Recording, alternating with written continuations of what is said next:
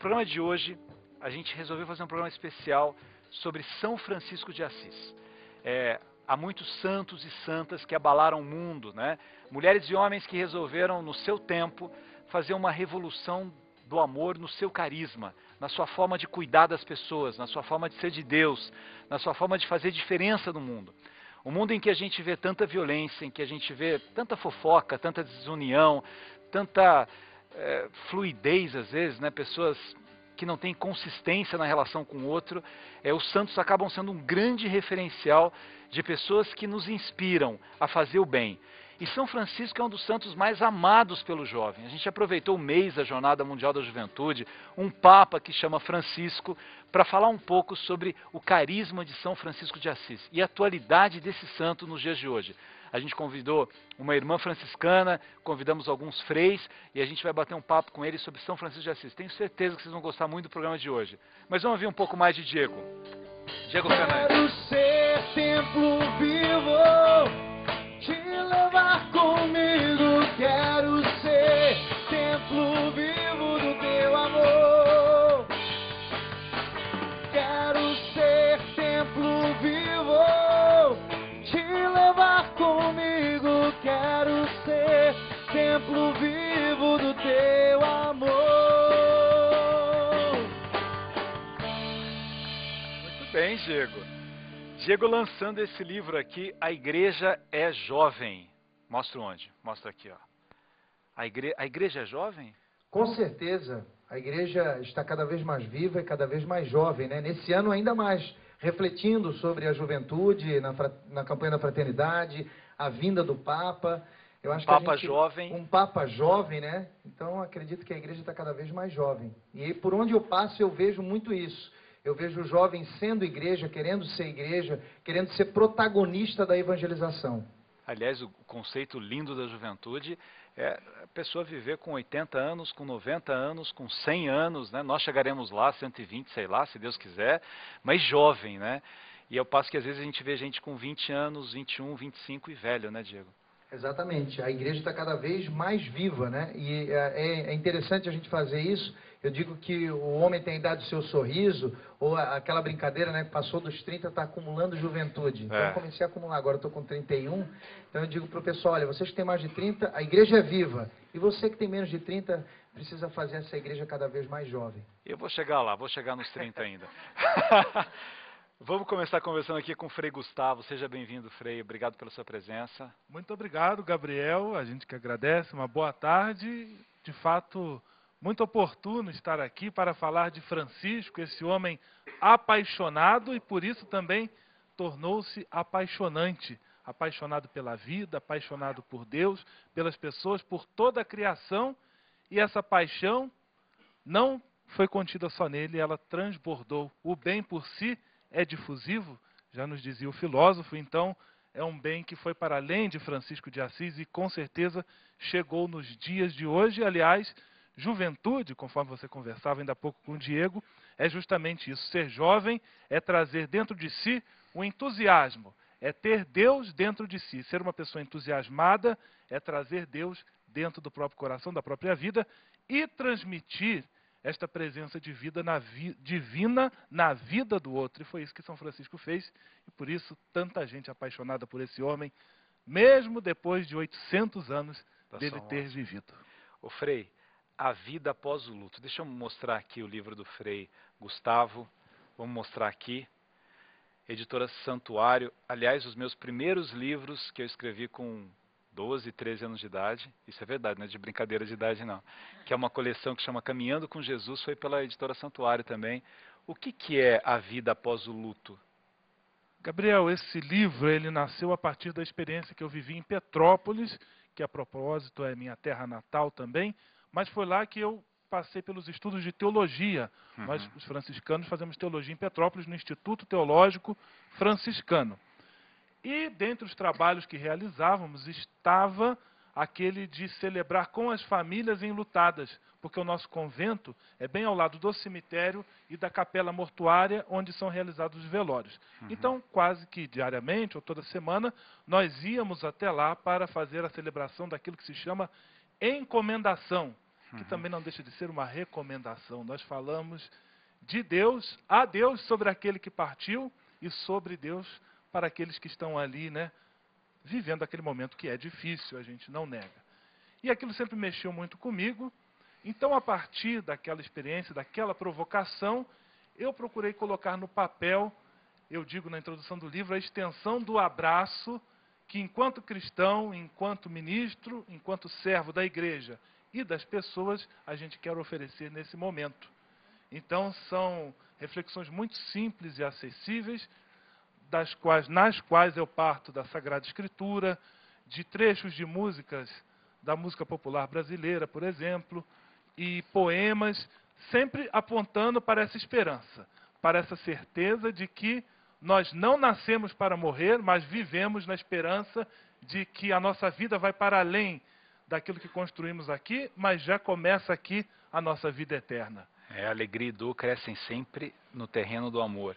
O senhor sabe que nós tivemos um programa aqui sobre violência, e aí várias pessoas vieram para dar depoimentos de violência, e uma família que veio, né, eles tiveram um filho assassinado, faz pouco tempo, alguns meses em São Paulo, aquela história de que o menino pegou o celular, e aí o ladrão matou, né, e aí veio o pai, a mãe e o irmão. E eu vi a dor daquela mãe, a dor do pai, né? Dizer assim, eu não consigo arrumar o quarto, eu não consigo ver as coisas do meu filho, eu não consigo... E a mãe me abraçou depois, ela falou assim, queria entender, né? Por que essas coisas acontecem com a gente? Por que Deus faz isso com a gente?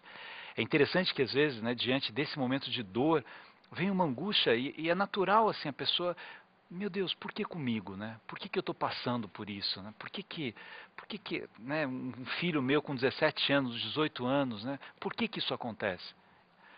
Justamente, Gabriel, e mais do que procurar uma explicação, é dar um abraço. Eu acho que a nossa função é dar um abraço, até chorar junto, se for o caso, sem perder a esperança cristã, de nutrir aquela certeza de que em Deus todos vamos nos reencontrar, vamos nos sentir abraçados, acolhidos, mas eu não tenho dúvida de que são momentos muito difíceis e também não condeno às vezes algumas pessoas que na boa intenção, por falta de ter o que dizer, dizem, foi vontade de Deus, ou você tem que ser forte. No entanto, às vezes esse tipo de colocação pode parecer uma espécie de cobrança ou aumentar o peso sobre a pessoa enlutada. Então, às vezes, o silêncio é melhor, o abraço, o mostrar que estar ao lado, levantar, então, esperança. Se a maneira pela qual as pessoas recebem e concebem esta experiência é também uma maneira muito diversa.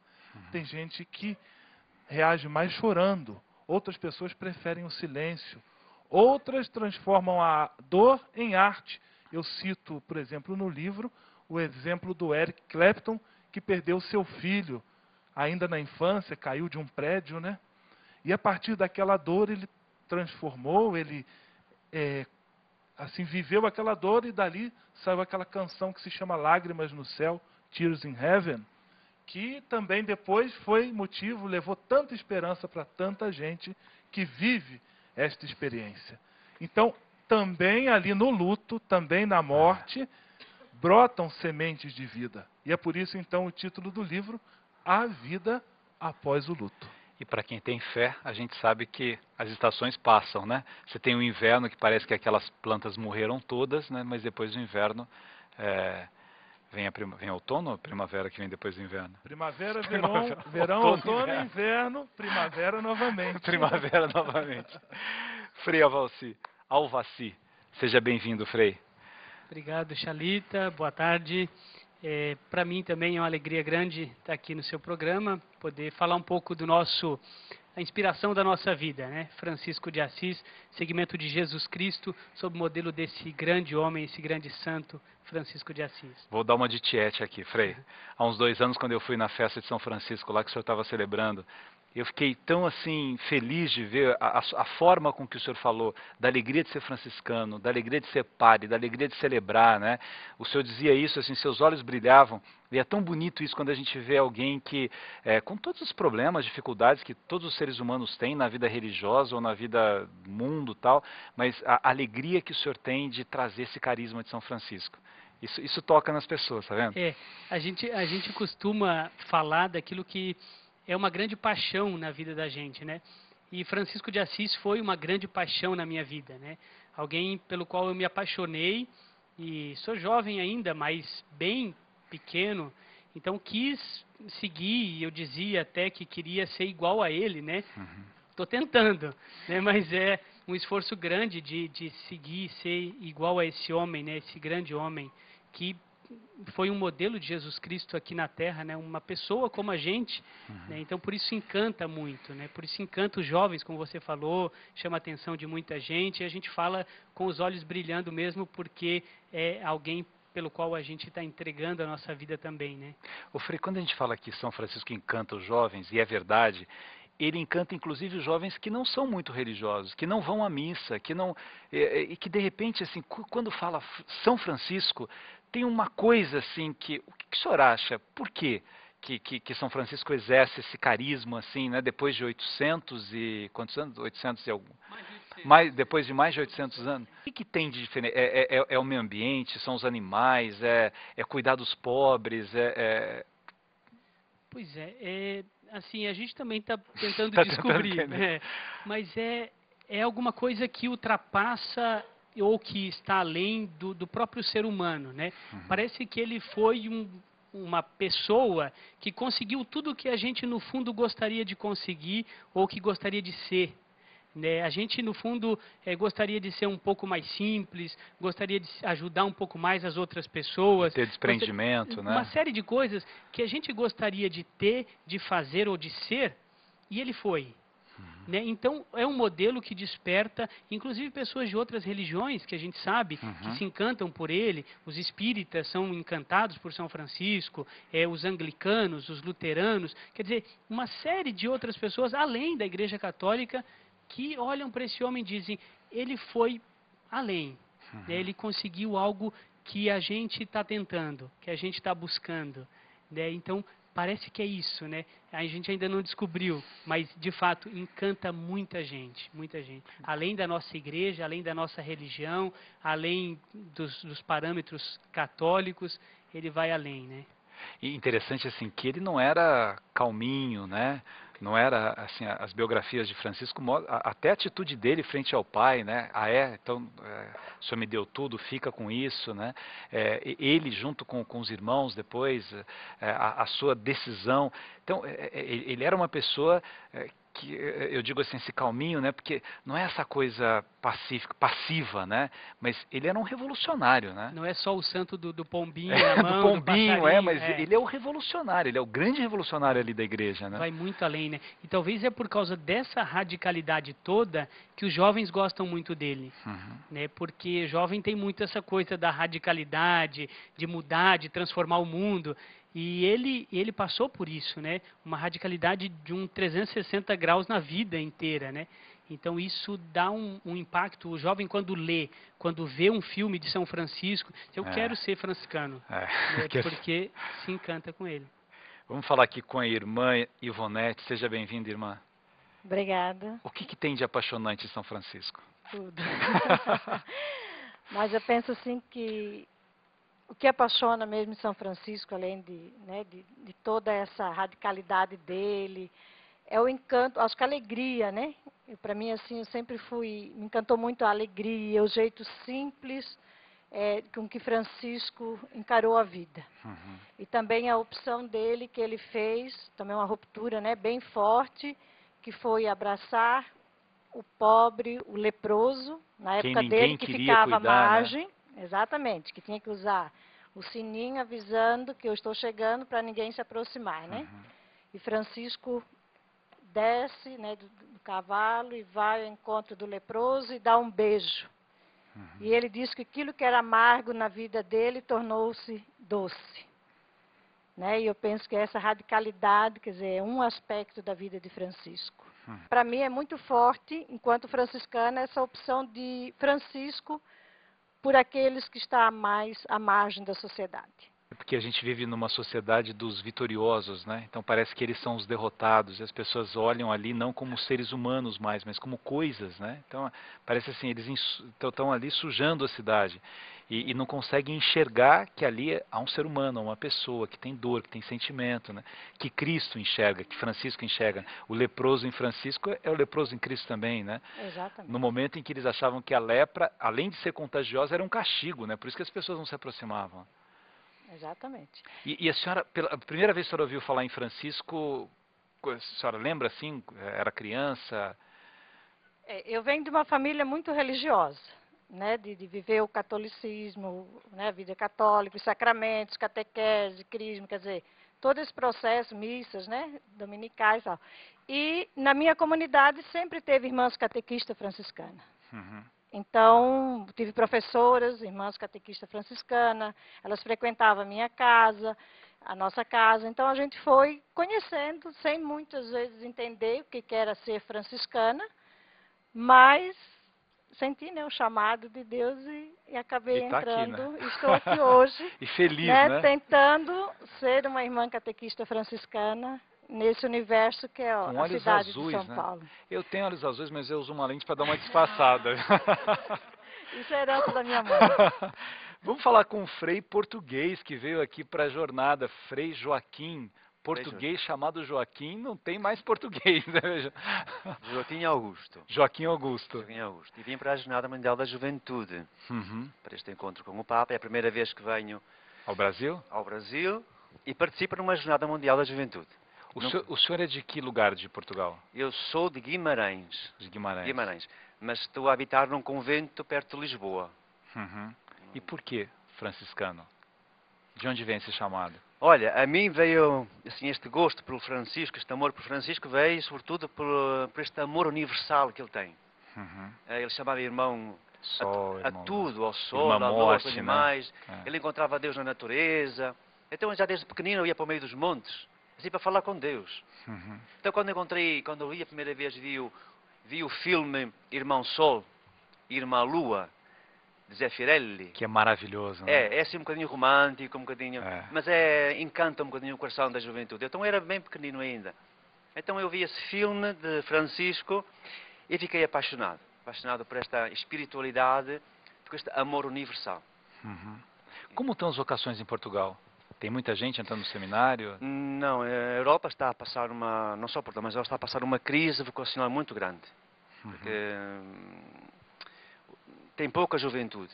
A Europa está a ficar muito envelhecida. A família está a ficar muito desgregada. Uhum. As poucas famílias que existem têm poucos filhos, e então tem pouca vocação. As províncias estão a ficar a França, a Espanha, estão a fazer províncias únicas porque não têm vocações. Infelizmente. É. Infelizmente. O trabalho de vocês lá em Portugal, dos franciscanos, vocês têm colégios, hospitais, vocês trabalham em quê? Nós temos temos várias realidades. Ultimamente abrimos um hospital para doentes terminais, temos uma casa onde acolhemos crianças abandonadas, também temos uma casa para ajudar os jovens na toxicodependência.